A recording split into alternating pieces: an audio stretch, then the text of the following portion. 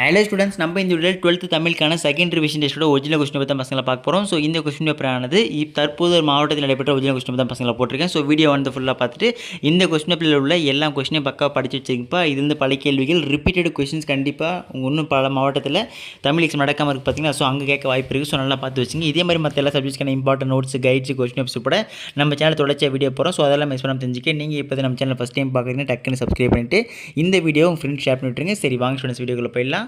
So உங்களுக்கு questions எல்லாம் படிக்கிறப்ப அதை ஆன்சர் செக் பண்ணிங்க.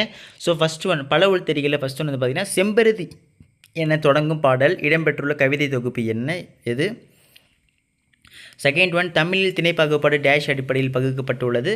தேர்ட் ஒன், சென்னை வெறும் நகரம் மட்டுமன்று அது நம்பிக்கை மையம், காரணம் டேஷ்.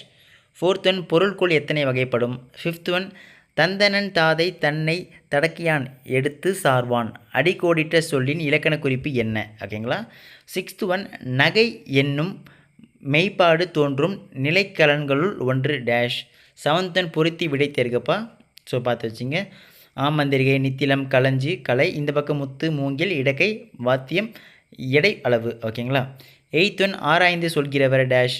நைன்த் ஒன், மாசி திங்களில் நிகழும் விழாவாக மயிலை பதிகம் சுட்டுவது டேஷ். டென்த் ஒன், சாப விமோசனம் அகலிகை கதைகளில் தொன்மங்களை பயன்படுத்தியவர் யார்? 11th ஒன், பில்கிரிம்ஸ் ப்ராக்ரஸ் என்னும் ஆங்கில நூலின் தழுவில் நூல் எது? 12th ஒன், பூமணி அவர்கள் ஏச்சிறு கதைக்காக 2014 சாகித்ய அகாடமி விருது பெற்றார்.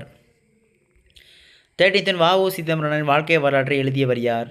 14th ஒன், 19 நரம்புகளை கொண்ட யாழ் எது? ஓகேங்களா. ஸோ இது ஒரு பகுதி 2பா. பகுதி 2ல் பிரிவு 1 பொறுத்திருக்கும் பார்த்தீங்கன்னா எவையினம் 2 மட்டும் விடை தருக.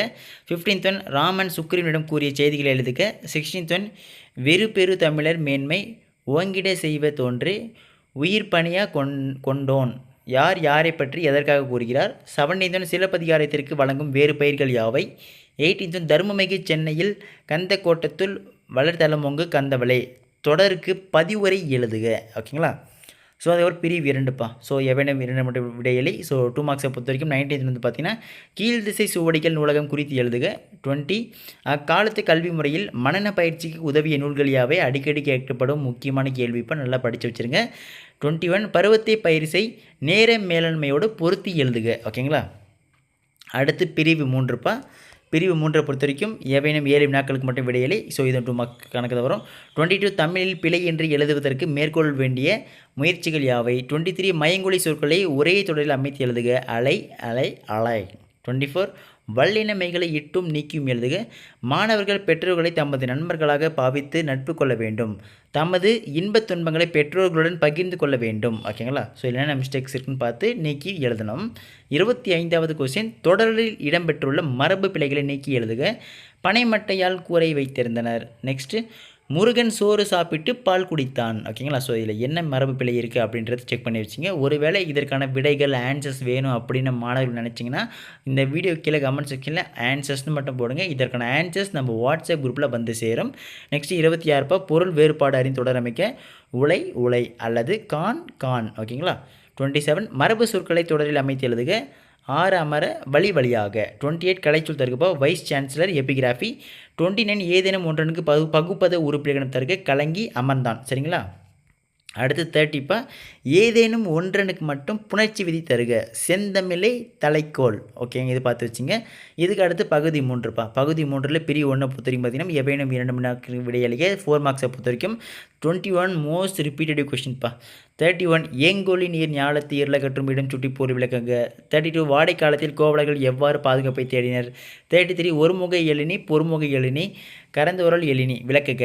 34, புறநானூற்று பாடலின் கருத்திற்கு இணையான குரட்பாக்களை குறிப்பிடுக. பார்த்து வச்சுங்க. அதுக்கடுத்து பிரிவு 2 பொறுத்த வரைக்கும் எவையினம் 2 மட்டும் விடை தருக. இதுவும் 4 மார்க்ஸை பொறுத்த வரைக்கும். 35 வந்து பார்த்தீங்கன்னா திரைப்படத்தின் காட்சி ஆற்றலை எடுத்துக்காட்டுகளுடன் புலப்படுத்துக. 36, மணலில் எழுதியது முதல் தற்காலம் வரை எழுதும் முறையில் ஏற்பட்டுள்ள மாற்றங்களை தொகுத்துரைக்க. 37, மணந்தகம் விளக்குக. மோஸ்ட் ரிப்பீட்டடிவ் இம்பார்ட்டன்ட் கொஸ்டின் பார்த்து வச்சுங்க. 38, சென்னை அறிவின் நகரம் என்பதை சான்றுகளுடன் விளக்குக. ஓகேங்களா, நல்லா பார்த்து வச்சுங்க. அடுத்து பிரிவு 3 எவையினம் 3 மட்டும் விடை தருக. 39 வந்து பார்த்தீங்கன்னா அறநிறை அணியை சான்றுடன் விளக்குக அல்லது அகலாது அணுகாது தீக்காய்வார் போல்க இகழ்வேந்தர் சேர்ந்து ஒழுகுவார் இக்குரட்பாவில் பயின்று வரும் அணியை விளக்குக. சரிங்களா. அடுத்து 40வதுப்பா வாகை திணையை சான்றுடன் விளக்குக அல்லது பொருண்மொழி காஞ்சி துறையை விளக்குக. சரிங்களா. 41 பொறுத்த வரைக்கும் பின்வரும் பழமொழியை வாழ்க்கை நிகழ்வோடு பொருத்தி எழுதுக அல்லது பார்த்திங்கன்னா கூடி வாழ்ந்தால் கோடி நன்மை அல்லது குற்றம் பார்க்கின் சுற்றம் இல்லை. ஓகேங்களா. ஸோ இதை பார்த்து வச்சுங்க. 42 இலக்கியம் நயம் பாராட்டுங்கப்பா. ஸோ மைய கருத்துடன் ஏதாவது ஒரு 3 நயங்களை மட்டும் எழுதினால போதும் சொல்கிறாங்க. ஸோ இங்கே பார்த்திங்கன்னா நான் பசங்களுக்கு ஒரு முக்கியமான ஒரு 3 நயம் மட்டும் சொல்கிறேன். ஸோ அதை மட்டும் நீங்கள் நல்லா தெளிவாக படிச்சுட்டாலே போதும். பக்காவாக பப்ளிக் வரைக்கும் யூஸ் பண்ணிங்க. ஒன்றுமே இல்லை, 3 நயம் தான். எதுகை நயம், மோன நயம், இயல்பு நயம். அதாவது முதல் எழுத்து ஒன்று வருவது மோனை நயம், இரண்டாம் எழுத்து ஒன்றி வருவது எதுகை நயம், கடைசி வார்த்தை ஒன்று வருவது இயல்பு நயம். ஸோ இதை மட்டும் போட்டுங்க. இல்லை இன்னும் 2 பாயிண்ட் எனக்கு போடணும், 5 பாயிண்ட்டை போடணும்னு வச்சிங்கன்னா ஒன்றும் இல்லை, ஒரு மைய கருத்துன்னு போட்டு சென்டரில் இருக்க ஒரு 4 லைன் எடுத்து எழுதுங்க. அப்படியும் இல்லை அப்படின்னா தலைப்புன்னு சொல்லிட்டு இதை படித்தோடனே உங்களுக்கு என்ன தலைப்பு தோணுது அப்படின்னு போடுங்க. ஸோ இந்த மாதிரி போட்டாலே பார்த்திங்கன்னா வந்துடும். ஸோ அது ஒரு 3 நயத்தை மட்டும் பார்த்து வச்சுக்கோங்க. மோஸ்ட் இம்பார்ட்டண்டான நயம், ஈஸியாக எல்லாத்துலேயும் எல்லாம் கொடுக்குற எல்லா பாட்டிலையும் பார்த்திங்கன்னா அந்த 3 நயம் மேட்ச் ஆகிடும் எப்படி இருந்தாலும். சரிங்களா. அதை பார்த்து வச்சுங்க. ஸோ இதை தொடர்ந்து நெக்ஸ்ட்டு பார்த்திங்கன்னா தமிழாக்கம் 43 தமிழாக்கம் தருகை பொறுத்த வரைக்கும் பார்த்திங்கன்னா learning is a treasure that will follow its owner everywhere. Next a new language is a new life. அப்புறம் knowledge of languages is the doorway to wisdom. Next the limits of my language are the limits of my world. So உங்கள் book பேக்கில் இருக்கக்கூடிய எல்லா தமிழாக்கமும் தயவு செஞ்சு நம்ம பசங்க நல்லா படித்து வச்சுருங்கப்போ. ஏன்னா கண்டிப்பாக உங்களுக்கு ஒரு ஆப்ஷனில் ஒரு கொஷின் தெரியாத போது இதுதான் ஹெல்ப் பண்ணும். சரிங்களா. ஸோ நல்லா புக் பேக்கில் இருக்கிறது எல்லாத்தையும் படித்து வச்சுருங்க. ஸோ இதுக்கப்புறம் பகுதி 4 பொறுத்தவரையும் 6 மார்க் கொஷின் தயவு செஞ்சு இதில் இருக்கக்கூடிய எல்லா கொஷின் நல்லா படிச்சிருங்க. உங்கள் பப்ளிக் வரைக்கும் யூஸ் ஆகும். அதுக்காக தான் சொல்கிறேன். 44ல் பொறுத்தவரைக்கும் பார்த்திங்கன்னா தமிழின் சீரழமை திறமையந்து கவிஞர் சிற்பி பாலசுப்ரமணியம் கூறுவனவற்றை தொகுத்து எழுதுக. Very very very important most repetitive questions. அப்படி இல்லைனா அல்லது பண்பின் படிமமாக படைக்கப்பட்ட ராமன் பிற உயிர்களுடன் கொண்டிருந்த உறவு நிலையை பாடப்பகுதி வழி நிறுவுக. ஓகேங்களா. 45 பொறுத்த வரைக்கும் பண்டைக்கால கல்வி முறையில் ஆசிரியர் மாணவர்களுக்கிடையே நிகழ்ந்த கற்றல் கற்பித்தல் முறைகளை தொகுத்து எழுதுக. அல்லது திரைப்படத்துறை என்பது 1000 பேரை காப்பாற்றும் தொழிலா அல்லது கலைகளின் சங்கமா, உங்கள் கருத்தை கட்டுரையாக்குக. ஓகேங்களா. ஸோ இந்த கொஸ்டின் நல்லா படித்து வச்சுங்கப்பா. Most repeated and important questions எதுவும் ஸ்கிப் பண்ணாதீங்க. ஸோ நெக்ஸ்ட்டு 46 பொறுத்தவரைக்கும் பார்த்திங்கன்னா பாரதியின் கடிதம் வாயிலாக நீங்கள் அறிந்து கொண்ட மொழிப்பற்று சமூகப்பற்று ஆகியவற்றை விவரிக்க. ஸோ இந்த கொஷின்ஸ் எல்லாம் எங்கே ப்ரோ படிக்கலாம் ஓரளவுக்கு ஈஸியாக இருக்கும்னு கேட்டிங்கன்னா டான் கைடில் ரெஃபர் பண்ணிங்கன்னா ஓரளவுக்கு உங்களுக்கு கொஞ்சம் ரொம்ப ஈஸியாகவே இருக்கும். ஸோ ரெஃபர் பண்ணி வச்சுங்க அதில்.